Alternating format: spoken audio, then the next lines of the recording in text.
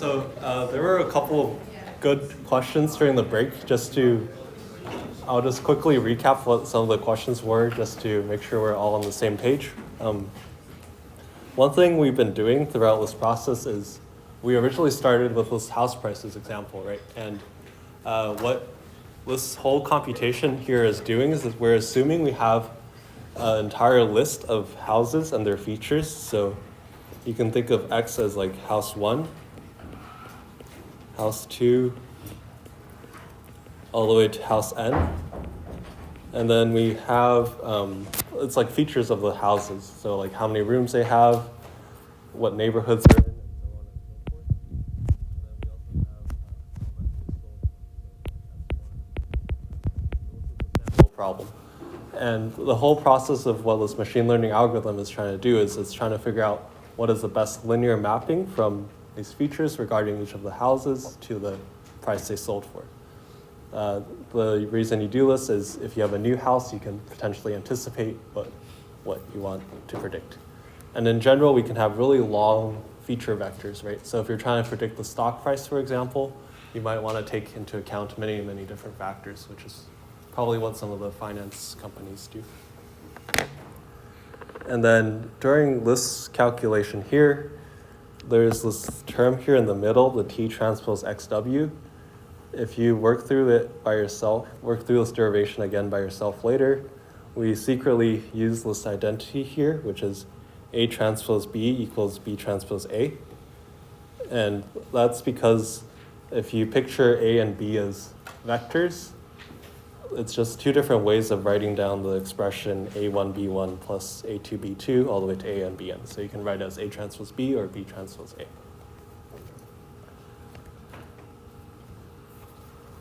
Okay, and I think another note is in the next lecture, we'll talk more about something called stochastic gradient descent, which is an idea that rather than using every single data example and estimating the gradient, you can estimate it with a smaller subset. So we can perhaps use 10 or 100 points to estimate the gradient, and that does almost as well and is much more efficient to do. So N by D is the case for if we're using every single example, but it could be a lot cheaper as well. All right, yeah. Stochastic gradient isn't the same as batch gradient. Yeah, I guess the term is slightly overloaded. Like when people say stochastic gradient descent, they often mean many batch gradient descent. Like, yeah.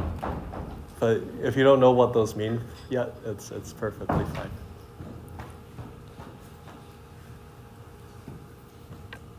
Okay. All right, so up next, we're going to talk about feature mappings. So this is the idea that we can make linear regression slightly more powerful in that we can use nonlinear relationships as well. So rather than just using the base features that we're given, we can raise these features up into a higher dimension and then treat those as our X matrix instead. So we can augment our feature space. So as a motivating example, this is, I think, from the Chris Bishop book. If you have this set of data points, intuitively you would think a line wouldn't be able to fit these set of points, right? So this is just a one-dimensional problem where we were trying to predict the t values on the y-axis using the x values. The idea behind the feature mapping is rather than just using x itself, we're going to also use higher degree features. So we can use x squared, x cubed, and so on. So this is a hyperparameter that you can choose if you're trying to do higher dimensional regression. And in general, we denote the feature mapping using this phi thing, which is phi of x is 1x all the way to x to the m. And after you perform this feature mapping, you can go back to the same math we derived before and then just find the optimal weight vector, which tells you how you should weigh each of these coefficients, right? So rather than discovering just the linear rule, which is like W0 plus W1x, you can potentially discover a polynomial rule instead. And we can picture what's going on with these examples. So if you only limit yourself to predicting a constant, the best performance you can achieve in terms of mean squared error is just something that is more or less in the middle. You can consider higher dimensional feature mapping, so m equals 1 still doesn't look super good for this data set. M equals 3 seems to do a better job of capturing the patterns here. And you can also go to further extremes, right? You can consider something like m equals 9, which ends up, I guess this is like a classical example of overfitting. What does n represent again? M is the degrees of the polynomial that we're considering. So it's saying we're mapping our features into this 9-dimensional space. So Where it's like the same thing, except instead of it being linear, we have the exponents in the Yeah, exactly. So I guess the way to picture the transformation that's going on is if we had some original set of features x, let's say x takes on values 1, 2, 0, 1, and so on.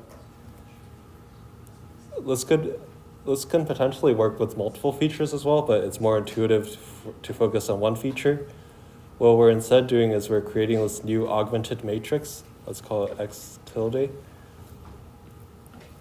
And then these features here correspond to something like 1 p squared, p cubed. So we're instead working with this matrix. The first one is just all ones. This is 1, 2, 4, 8. So the first column here is just the bias. But each column after that, we're just essentially adding features to our data set, which correspond to polynomials of the original features we have. And this has the effect of modeling nonlinear relationships, still using linear regression. Yeah. And would that matrix be the phi of x from slide 44? Let me check. Yeah. The feature mapping function. Yeah. I guess 5x would correspond to one single row. Like you're applying it to a single data point, and we're going to go ahead and apply it to every. So phi of x is like this way. Yeah, exactly. So let's be explicit here. We're considering instead like phi of x1, phi of x2, phi of x7.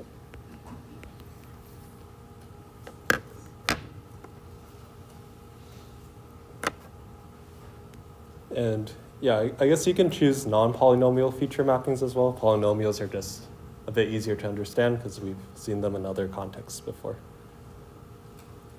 Yeah, when we talk about neural networks, one cool thing about neural nets is we don't, instead of defining this feature mapping ourselves, we try to learn it from the data. So like neural nets are able to extract higher dimensional features by having like multiple layers of linear and non-linear activations.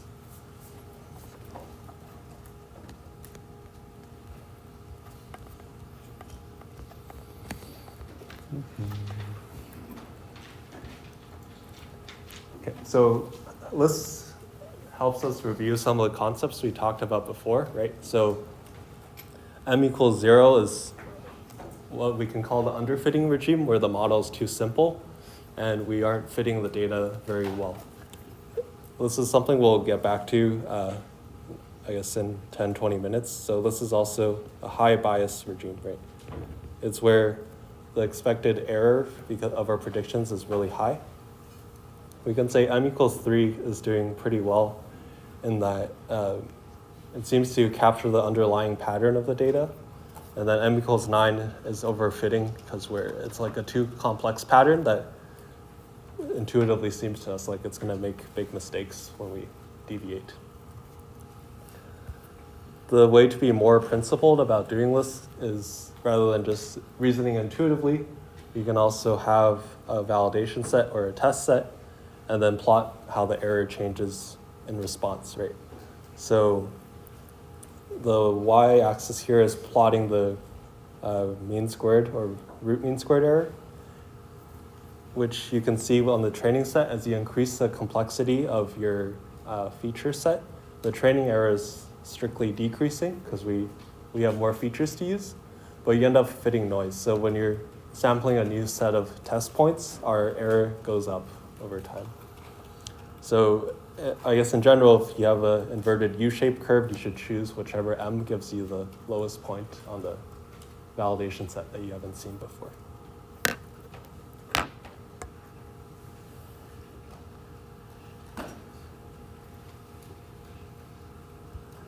Any questions?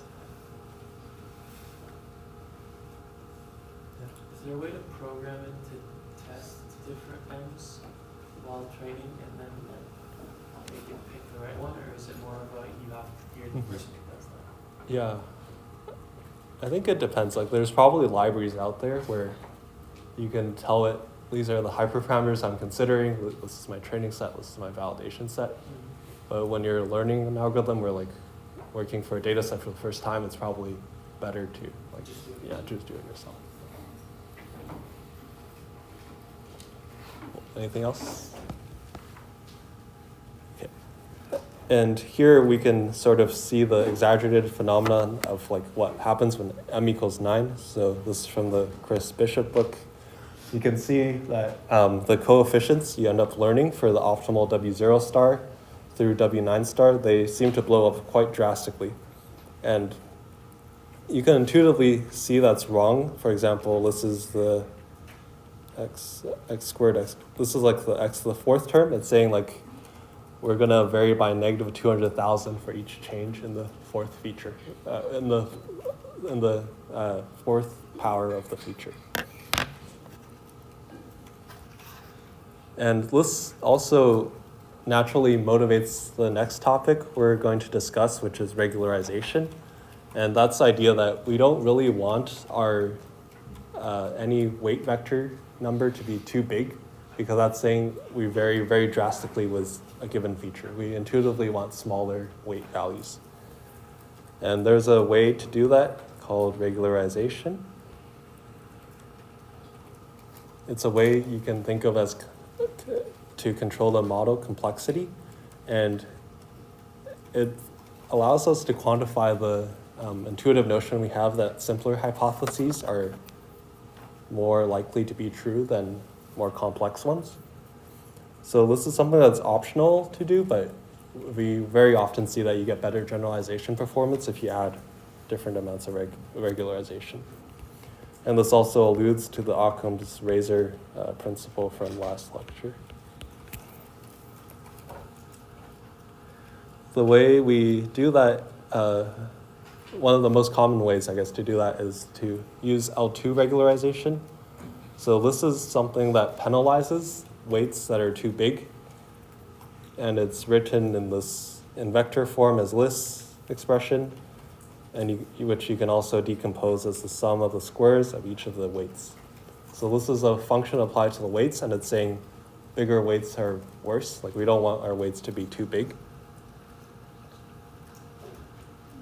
And using this approach, we can define a new cost function, which has a trade-off between our two objectives. So we have our original objective, J of W, plus lambda, which is hyperparameter, times R of W, the regularization loss. Large lambda penalizes larger weight values more, and then as with any hyperparameter, you try to tune lambda with a validation set, right? So based on how you do on the validation set, you can choose whichever lambda that gives you the best performance. So essentially what you're doing there is, worst case scenario, you're doubling the loss of the weights, of the weight values, and if the loss is too large, the gradient descent is going to be large. Yeah. So then the gradient descent will be larger, and then you'll get to the position faster. Mm-hmm. Yeah. I think the last part might not be exactly right, but I think I'll circle back to it a little bit. So this is a problem on your homework, I think, as well. You're going to investigate in a bit more detail how to derive gradient rules for L2 regularization. We can intuitively see what happens in the picture here as well, where we now have, rather than just one loss term, we have two loss terms. This is the original loss we defined before, and this is weight norm squared. So the weight norm squared thing is a bowl-shaped thing, right? Like it's saying it's minimized exactly at 0 if the weights are all 0, but that's not necessarily a good hypothesis. Whereas the loss is minimized somewhere here. These are both visualizations in weight space. And then lambda controls how you trade off between the two loss values. So there's a choice of lambda that's going to put the optimum here, but you can imagine changing your lambda is going to change where the optimum is, right? So if you chose lambda to be really big, what's going to happen? Like, yeah. It's just going to be all zeros. Yeah, it's going to be all zeros because it's saying we really care about making sure the weights are small. So the optimum is going to be somewhere here, right? Whereas if you chose lambda to be really small or like 0, then you're just going to end up with your original loss function. So lambda is going to sweep out some curve, I guess, where the optimum depends on, it's going to move depending on your choice of lambda. So here we have lambda equals infinity. Here we have lambda equals 0, and then every lambda lies somewhere in between.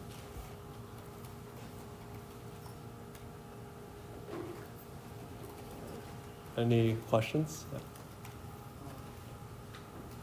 So basically, we're trying to look at the intersection of the two planes, kind of. Yeah, I think it's like when you add the two loss functions, it's going to merge in a not easy to draw way, but you're trying to find what the minimum of the sum of the loss functions is.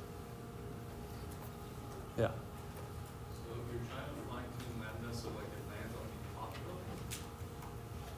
the optimum? I'm saying the optimum changes depending on what lambda you choose, and the way you actually choose lambda is but with a validation set. So you try a few different values of lambda and see what the loss is on the validation set, and you choose the lambda that gives you the lowest loss. Yeah. So we're not directly tackling the problem of having like overfitting. We're more like saying when we overfit, usually we have these extreme values for the weight, and then we're actually tackling, we want to minimize those extreme values for the weight, not like the fact that we overfit in the first place. Yeah, I guess like if you're doing gradient descent with this regularized objective, throughout the training process, you're actually going to be implicitly tackling overfitting, and that the weights can't become too big. Right. Yeah. No, that's what I think. Yeah.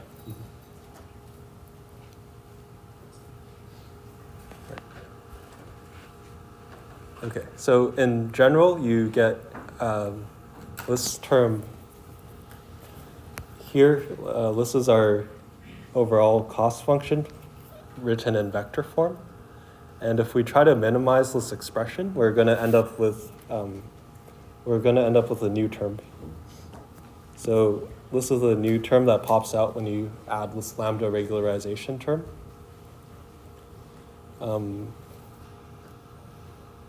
One sanity check you can do relatively quickly when you see these sort of expressions is you can plug in lambda equals 0. And if you plug in lambda equals 0, we just get our original cost function back with no regularization and also the original least squares solution.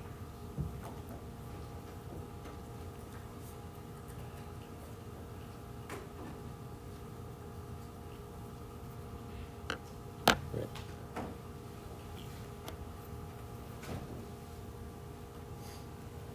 I think, yeah, that's pretty much all there is to say on the problem formulation itself.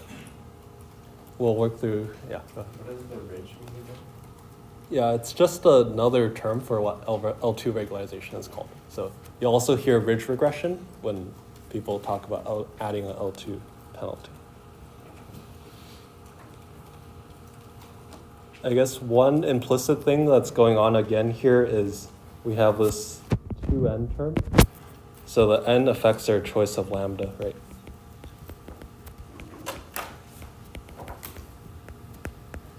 This is something I guess you want to be a bit careful with. The n is some constant referring to the size of the data set. And depending on how you write out the objective, whether or not you care about the average loss or the total loss, you want to scale lambda accordingly. Yeah. If our model is underfitting the data with a possible solution, you to use a negative value for lambda? Yeah, that's pretty unusual, I feel like, because like just blowing up your weights, making your weights far from zero doesn't necessarily mean it fits the data better. Like you want, in that case, you probably want a more powerful model if you're underfitting. In a situation where you're using average loss rather than absolute loss, Yeah. lambda should stay relatively similar, regardless of what the number of data points in the system are, right? Yeah, I think so. Yeah. Okay, and then if you're taking the gradient descent update with this lambda objective, it ends up being kind of nice in that you can sort of interpret what the lambda is doing, in the sense that if you go through the steps of the derivation here, you'll notice that we'll end up with 1 minus alpha times lambda. So this is the learning rate times regularization.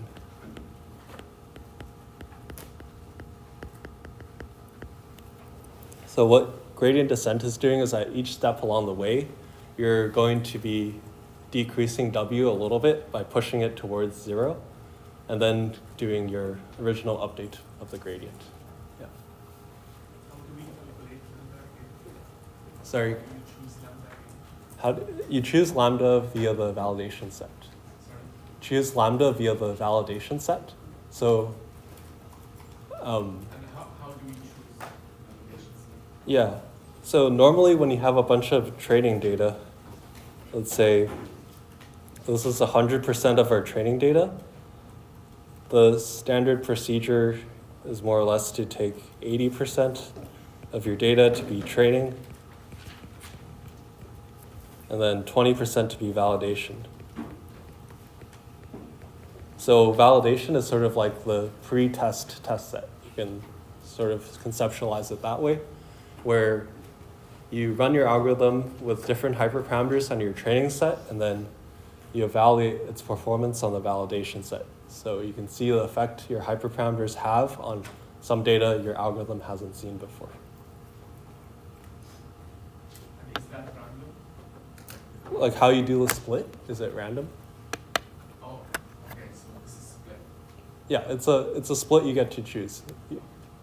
I guess like if you're being very principled, you would want to choose several different splits just to eliminate the effects of the randomness of the splitting.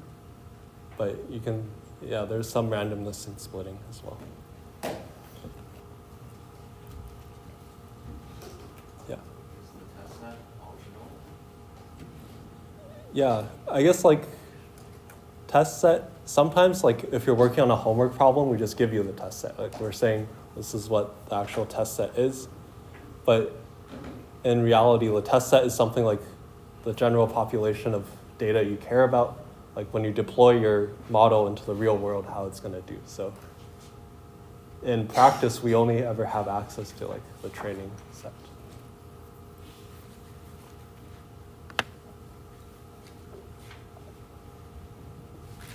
Well, yeah, anything else?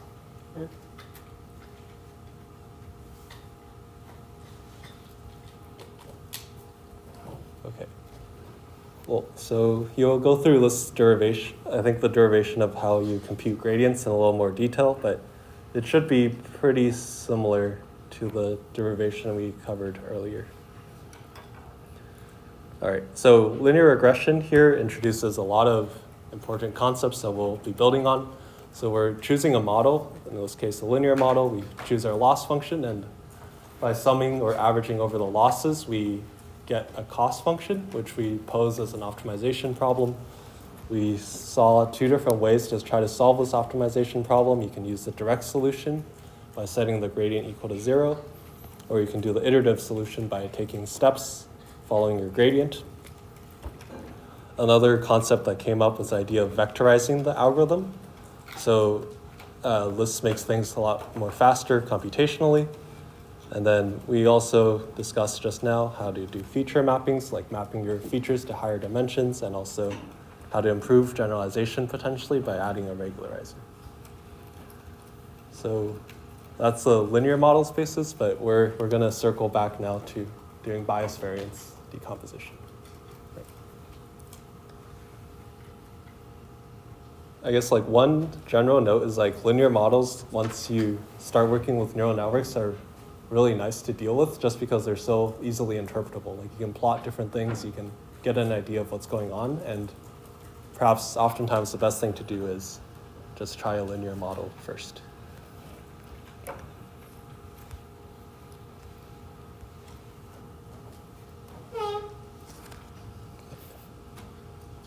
All right, let's circle back to bias variance, right? So the bias variance decomposition we talked about, we were actually already using mean squared error there, which I thought is why it's made sense to cover linear regression first before circling back here. And this picture here is sort of similar to the picture we just saw before, where we're essentially fitting different data sets. Okay, so I guess we should quickly recap what the, my thing is behaving weirdly. We should describe what the setting is again, right? So we have in this case, we're considering this thought experiment where we have some natural population of how the data is distributed.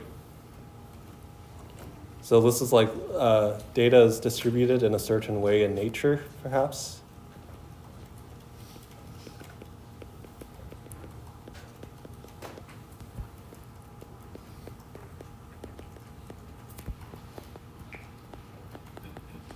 And then we go ahead and we take different samples from this data distribution. So we're going to pick up samples like this, like here and here.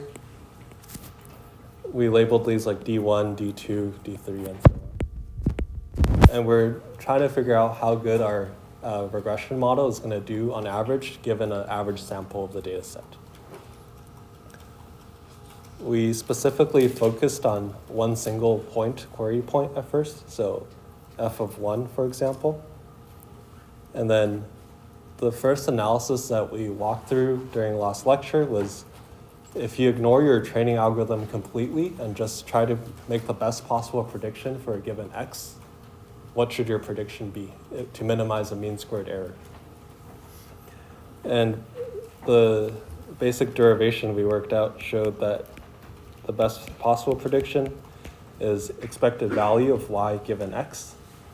And now you should sort of be able to see why that's the case, right? So if you just know what the x value is and nothing else, but you somehow knew the true distribution of the data, like how the data is being generated, then you should just pick what the expected value is, because that's going to minimize the mean squared error. So if you're focusing on f of 1, you should pick this value here. If you were somewhere here, then you might pick an expected value that's somewhere there. So this is like, without a learning algorithm, what's the best possible prediction you can make? Right?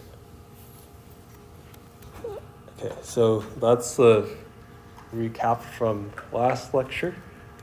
We can go back to the top here.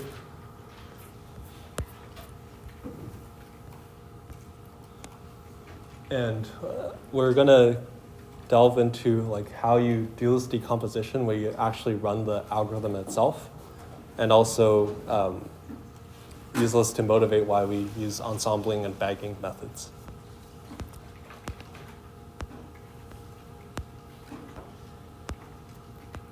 So actually, I guess the copy of the derivations from before is still in the previous lecture, so we have to go back here. So this was the first derivation we did last time, right, where we figured out what the best possible choice of y is if you're just given an x. and if you knew the underlying data generating distribution. Here, the next step, which I went over relatively quickly, is we're trying to focus on the decomposition in the case where you try to learn the classifier. So there's randomness in Y now, and the randomness in Y comes from how you're sampling the data set.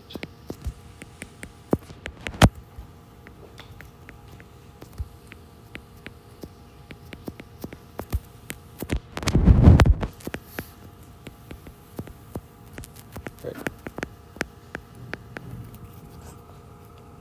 So essentially what we're doing is we build off first the original derivation where we left off at this point, expected value of y minus y star squared plus variance of t. And then now we have to decompose. There's some uncertainty in y because if you look at the picture, based on every possible way we sample a data set, our y is going to change, right? So we're going to try to decompose the terms of that derivation. This gives us, the first step here is just expansion of the terms. Then we use linearity of expectation. We then use the variance identity from, I guess, tutorial, where these two terms are equivalent because we said expected value of y squared is equal to variance of y plus expected value of y, whole thing squared. And then you can write things out in this nice form of three different terms. So we call the first term the bias, the second term the variance, and then the third term, the variance of t, is called the Bayes error.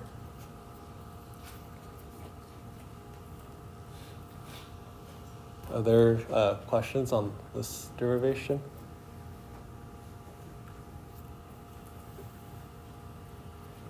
Okay. I think we can move back to the slides here.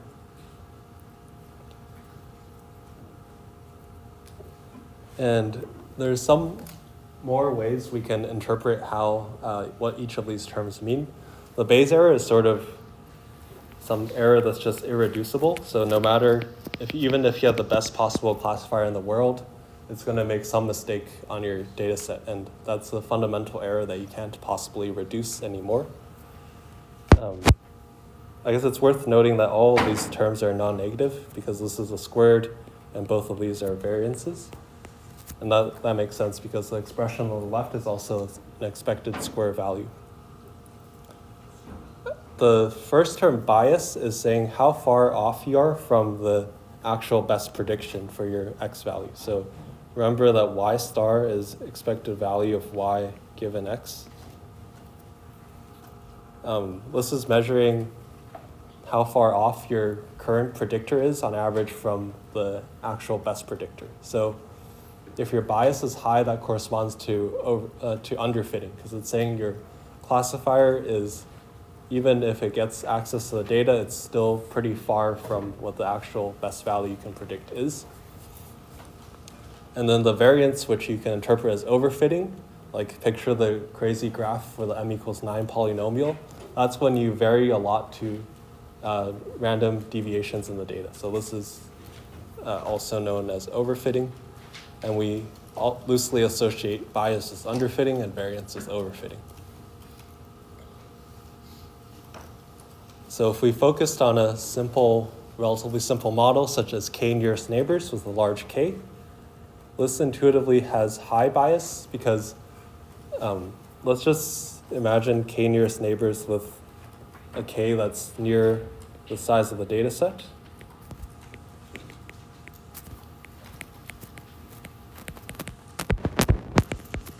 So this is going to have high bias because we aren't able to actually capture the underlying patterns, right? We don't respond to features, so the bias is high.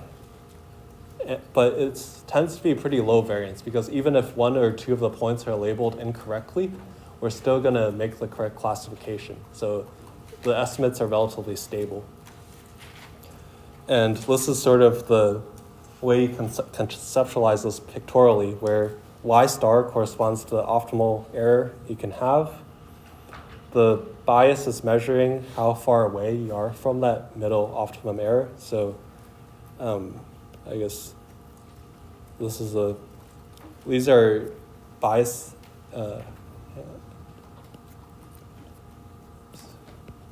So each of the x points corresponds to one of the data sets that you sample and the prediction you make.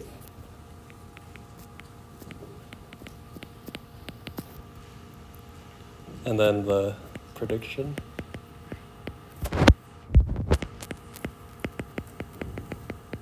And then the bias is like how far away you are from the prediction. The variance is like how much the x's vary between each sampling of the data set.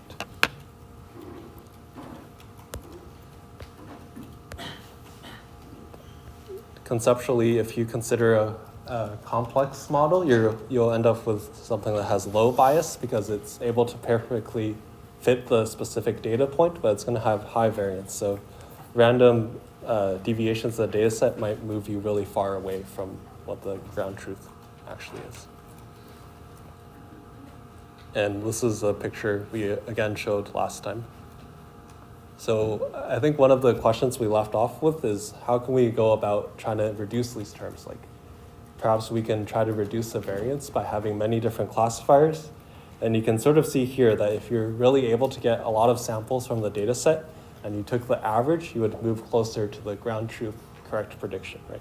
So we're going to try to fix the high variance case. And specifically in the context of decision trees, because decision trees tend to be a place where there can be pretty high variance and averaging helps. Okay, so we've primarily been talking about this thought experiment, right, where we're getting random samples from a data set, but we can also try to do this and like simulate this random thought experiment by let's switch the order of the slides. So let's go to this slide here first. So P sample is often expensive to sample from. Like we can't actually get someone to give us an identical data set from the same distribution as our first data set. So what we do is that given the data set we have, we're just going to sample multiple data sets from it using an idea called bootstrap aggregation. And basically what this boils down to is sampling with replacement.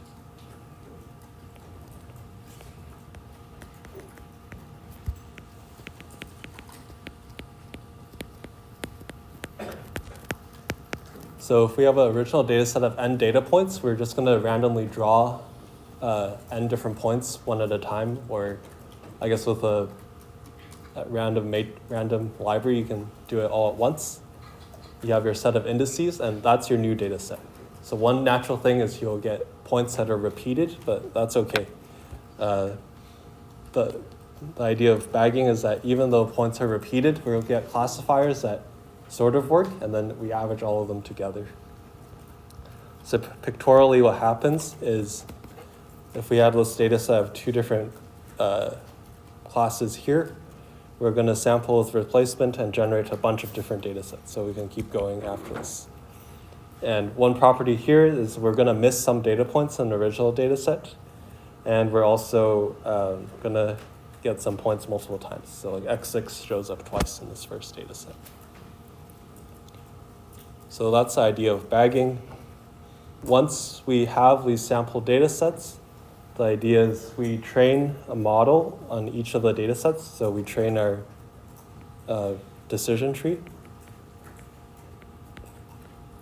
Actually, I learned last week people sometimes say grow a decision tree, which is pretty cool terminology. So you can grow your n different decision trees, and then when you're trying to make a prediction, you just take the prediction from each of your n decision trees, and then you average the predictions. So that's how bagging works. The reason it's beneficial is we can go back to the slide back here. If you're averaging predictions, Bayes error doesn't change at all because that's the irreducible error. That's like, even if you had a magical classifier, you can't control it at all. The bias isn't going to change because each of the average predictions still has the same expectation. So if you move the expectations through, you're still going to end up with the same average prediction. But the term that you can control is a variance. And that's because when you're summing over independent random variables, if you look at this variance term here, remember variance of c times x is equal to c squared variance of x. So when you pull the c out, you get 1 over m squared here times the summation over m terms, which means when you're averaging over m different models, your variance is reduced by a factor of m. Yeah, question? How many data sets, I guess, should we make? Like, how many times should we draw randomly from the main data set? And then Yeah, that's a good question. I think it depends on practice. Because decision trees can be trained pretty quickly, people often just use like 100 as a start or something, and then you can just see how that does.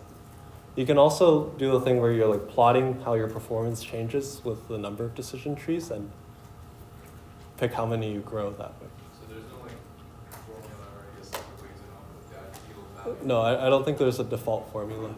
Yeah. Some of the textbook readings might go a bit more into detail on how to do it.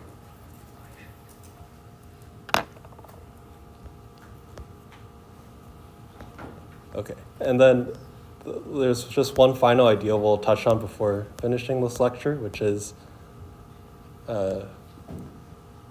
actually, we'll wrap up what bagging is doing. So bagging, we average the predictions and then we apply a threshold. So if the majority of the classifiers, for example, predicted something as label A, then we're going to pick A.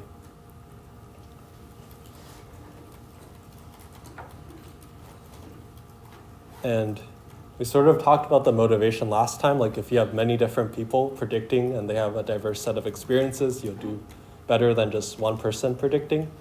Like in Who Wants to Be a Millionaire, it's better to ask the audience rather than phoning a friend, usually, maybe. I guess it depends if the audience members are above average, right? But one issue here is that since we're sampling from replacement from a given data set, we don't actually get the full 1 over m variance reduction, because one assumption we make in the derivation is that each of the terms is independent, but in practice it's not actually independent. So there's this cool idea here of trying to decorrelate the trees more, which makes them make the trees more independent. So we want to decorrelate the trees.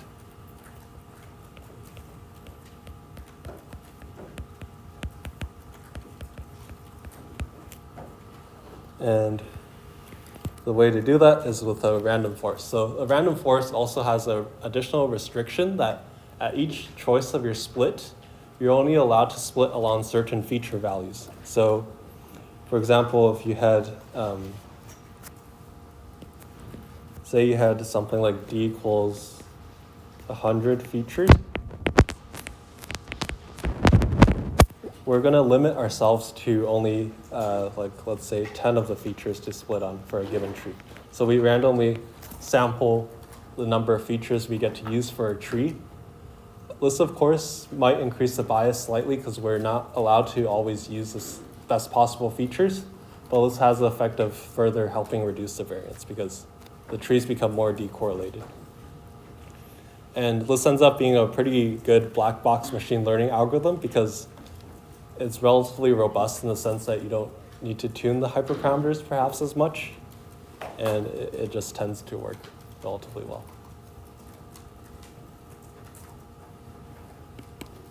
To summarize bagging, it's oftentimes better to use a bunch of different models. In the case of neural nets in the future, we'll see probably that using multiple neural nets is better than using just one. And because correlation corresponds to less variance reduction, we can add more randomness in random forests. There's this idea of weighting, which I guess is worth mentioning if you want to study these topics further. So there's also a concept known as boosting, which is saying we potentially also want to reweigh the data points. So if there are data points which we do particularly bad on, we might want to put more weight on them when we're growing the next decision tree. So there's a popular algorithm out there called AdaBoost, which we aren't going to cover in this class, but it's something to be mindful of. Any questions before we wrap up? Yeah. So when we're talking about like only selecting a few features on one tree, Yeah. you said there might be a higher bias because you're not using all the features, and then there's also lower variance because you can actually attain the independent relationship. Then can we use like let's say, I don't know, like an average between this and also the top one? So like the lower variance and the lower bias, because like Yeah. there's a trade-off. Yeah, I guess there is in general a trade-off, right? Like more powerful classifiers have higher bias, lower bias and higher variance. So it's sort of like up to the practitioner to determine how you want to balance it.